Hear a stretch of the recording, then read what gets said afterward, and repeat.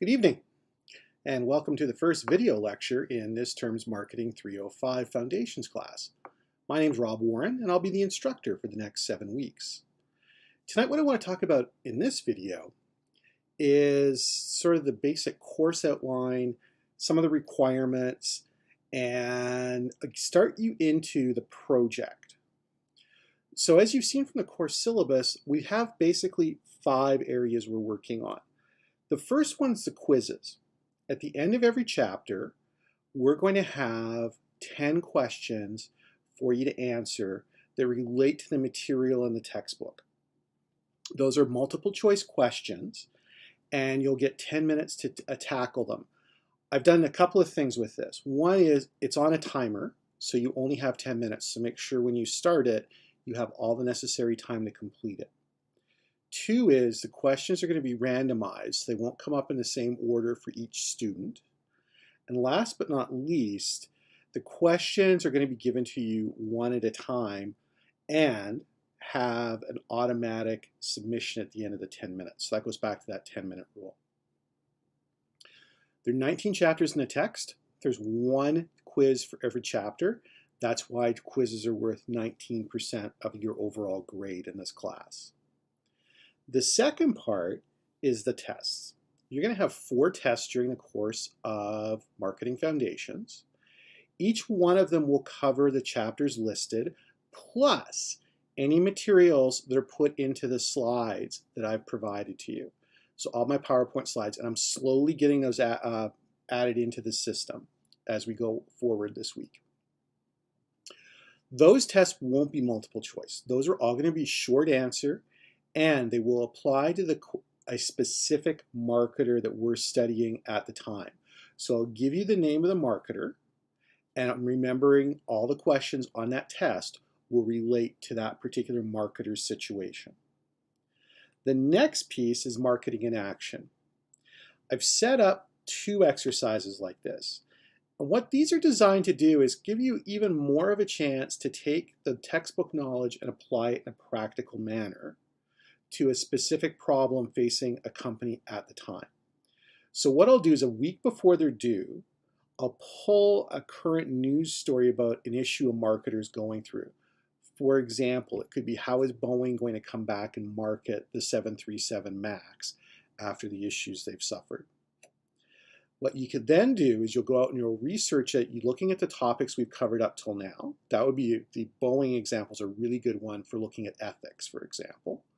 And you'll write out your answer. What are the things that you think that Boeing's going to have to do to write that particular marketing issue? The last exercise we're going to have is your project. And I've switched it up for the summer to make it a bit more fun. First off, you're going to work individually. And what I want you to do is create a company that you could effectively go out and launch for a very small amount of dollars. I've given you a budget of $100,000 to go out and do it. What you want to do is think about what you would need to do with that $100,000 to go from concept to reality. Now, the project doesn't have to be big. You could do something as simple as, hey, I want to set up a food cart. Or you might want to do a pop-up t-shirt stand. Maybe that's what you want to do.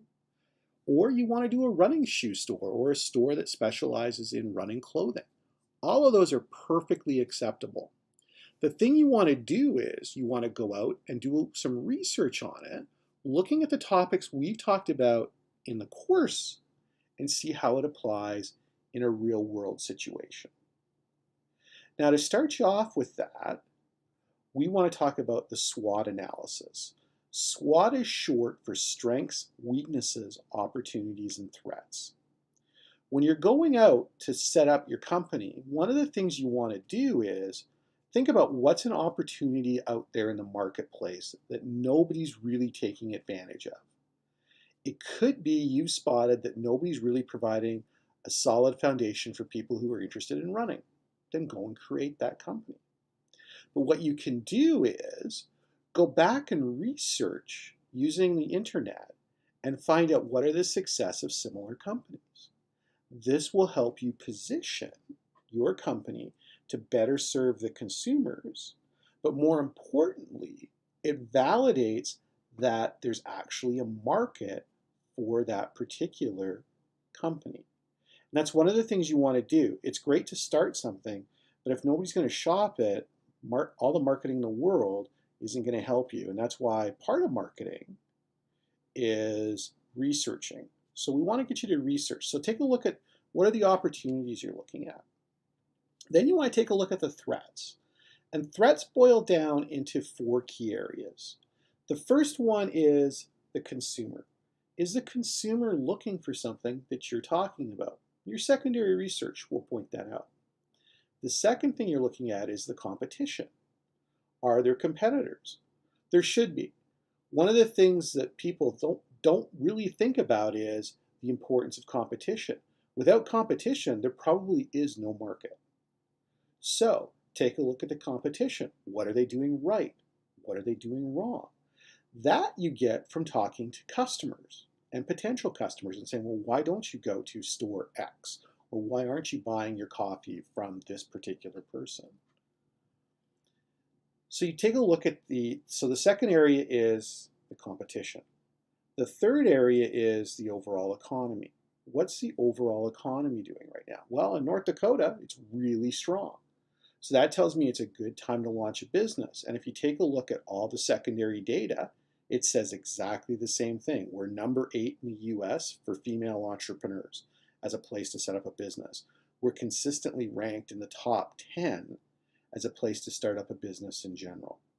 So you know that there's something there. The last one to take a look at is there any political side that you have to worry about? So if you're opening up a store, for example, or opening up a restaurant, what are the regulations that you have to follow? Those are really important, and you want to include those in your plan. 1, because they probably add a bit of an expense, but 2, because you're really looking to see all the constraints you have to operate in. So that gets you through your strengths and weaknesses. Your opportunities and threats. Next up is strengths and weaknesses. Those are things internal to you.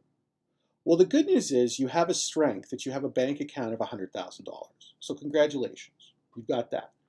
The second thing is, do you have a strength? Do you understand the industry? Is this a place where you've worked before? Do you understand who the players are, what consumers want? That's considered to be a strength. Do you have a strength in that you know where to buy product from? That means you've got a strong supply chain.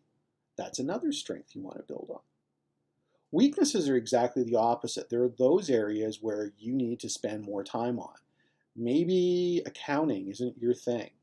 Well, then accounting for, or the financing related to your business might be a problem area that you want to go look at.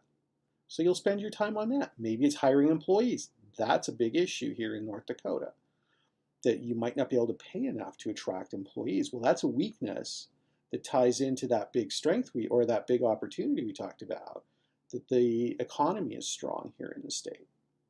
So what you want to do is bring all those things together, and then that'll let you know 3 key things. Number 1 is there a market for your product? Number 2 is it lets you know your competition. And number 3 is it tells you the things that you want to look out for. Now, if you think about that in terms of that marketing plan outline I've given you, number 1 helps you figure out what your sales are going to be. Number 2 helps figure out how we're going to use the various parts of marketing, the product, the place, the price, and the promotion to better serve our customer base.